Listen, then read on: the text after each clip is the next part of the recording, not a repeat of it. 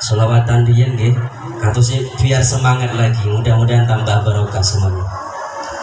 Maulaya salli wa sallim daiman abada ala habibika khairil khalqi kullihim. Maulaya salli wa sallim daiman abadan ala habibika khairil khalqi kullihim wa kulluhum min rasulillahi multamisun ghurfan minal bahri aw rashfan minad diyami. Maulaya sholli wa sallim daiman abada bika khairil khalqi kullihim. Huwal habibul ladzi turja syafa'atuhu likulli hawlim minal ahwali Maulaya sholli wa sallim ala habibika khairil khalqi kull. Allahumma salli ala sayyidina Muhammad. Allahumma salli ala sayyidina Muhammad. Shot yang kedua sekarang, tak singkat biar cepat selesai, biar tidak menunda-nunda waktu. Shot yang kedua ini para hadirin, shot yang kedua kata para ulama adalah amal kebaikan yang paling sulit dikerjakan. Apa? Sodakoh. Kata para ulama itu bukan zikiran, bukan sholawatan, bukan nyantuni anak yatim, bukan sodakoh ke masjid, bukan menyantuni fakir miskin yang paling sulit. Tapi yang paling sulit adalah mengeluarkan harta kita di jalan Allah. Itu yang paling sulit. Sodakoh. Kenapa? Karena sodakoh ini adalah bukti kelomanan kita. Bukti kalau hati kita hidup. Bukti kalau kita sayang sama umatnya Kanjeng Nabi, sama orang. Makanya kalau ada orang ahli sedekah berarti tondone hatinya hidup, orangnya loman berarti. Allahumma sholli ala sayyidina Muhammad. Tapi Pak, Bu, kira-kira nih barusan kayak ada kardus jalan amal untuk kebaikan sedekah ke masjid. Kira-kira kalau Bapak di sakunya, Ibu di dompetnya ada uang 100.000, ada 50.000, ada 20.000, ada 10.000, ada 5.000, ada 2.000. Kira-kira yang dikeluarkan yang mana Pak Bu? Paling kata paling 5.000, 10.000. Kenapa? Wasyaitonu ya'idukumul faqr. Karena setan yang bisik-bisikin di telinga kita. Kenapa? Jangan sedekah 100.000, nanti uang kamu habis. Jangan sedekah uang sampai 500.000. Kalau sedekah 100.000 tinggal 400.000. Siapa yang bisiki setan Mbak Bu. Jangan sedekah sama fakir miskin. Ini siapa yang membisiki setan? Makanya sedekah adalah amal soleh yang paling berat dilakukan. Ini kata para ulama. Nih, baginda Nabi itu Pak Bu gak pernah bohong.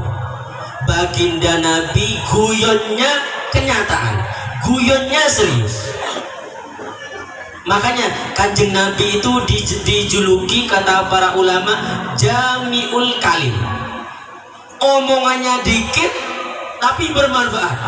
Yang walaupun guyon serius.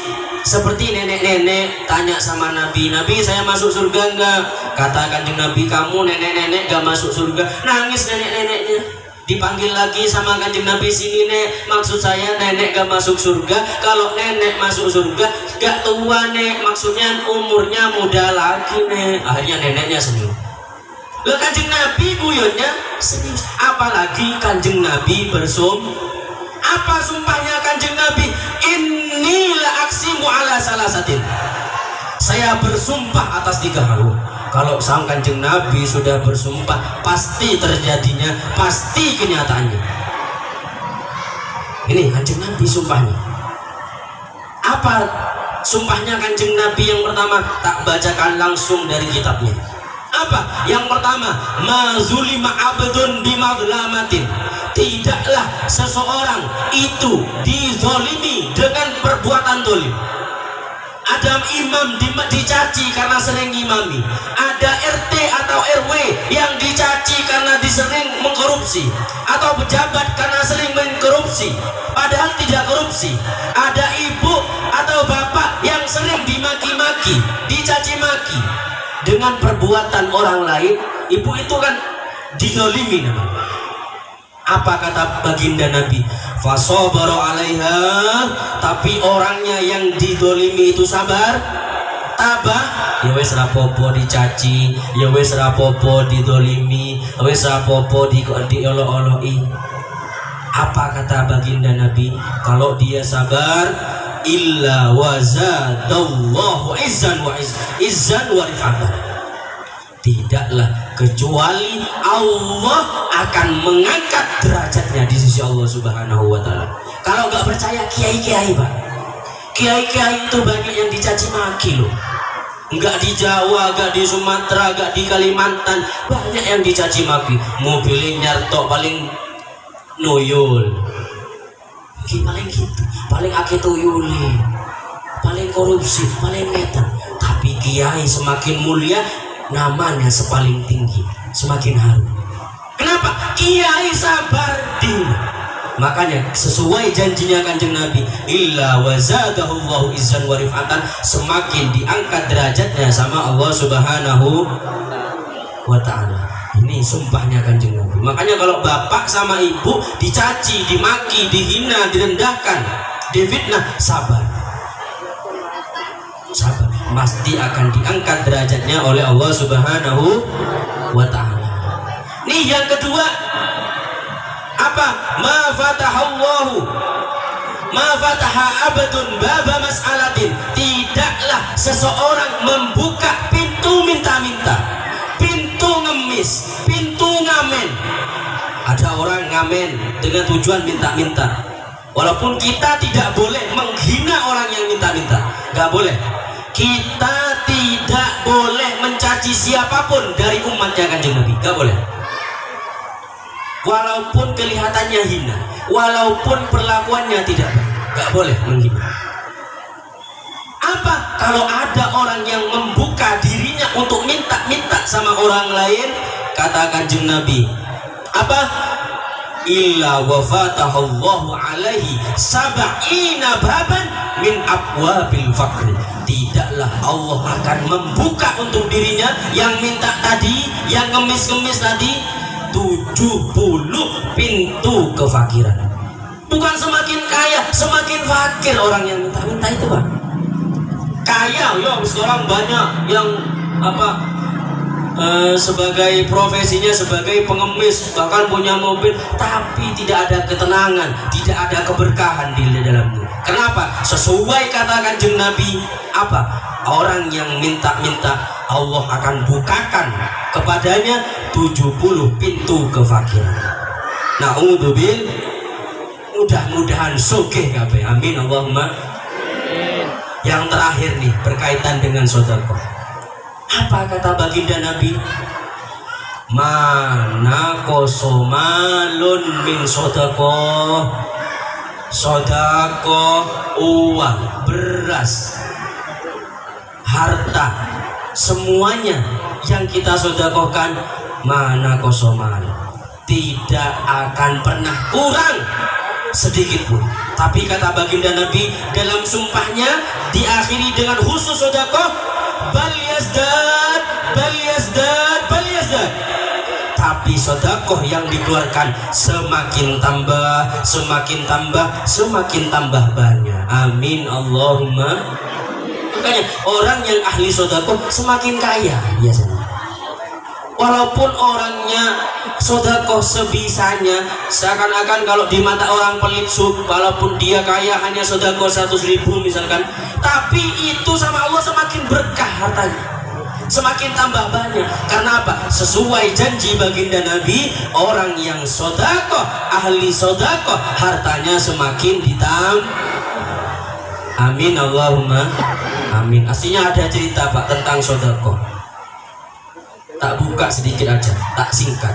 Sedekah itu kata para ulama, orang yang mau sedekah harus melewati 70 setan. Bapak nih mau ngeluarin duit 50.000, 10.000, 2.000, beras apapun yang Bapak mau keluarkan, itu harus melewati berapa Pak? 70 setan. Harus melewati berapa Bu? 70 setan Bu. Banyak apa enggak? Banyak.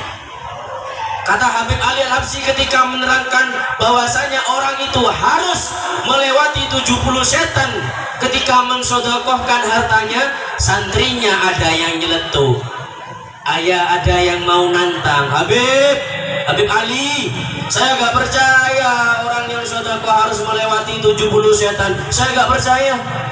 Tak ulang saya, tak sedekah ke sampean, pulang. Gak punya duit di rumahnya, yang ada di rumahnya hanya satu, beras 1 karung.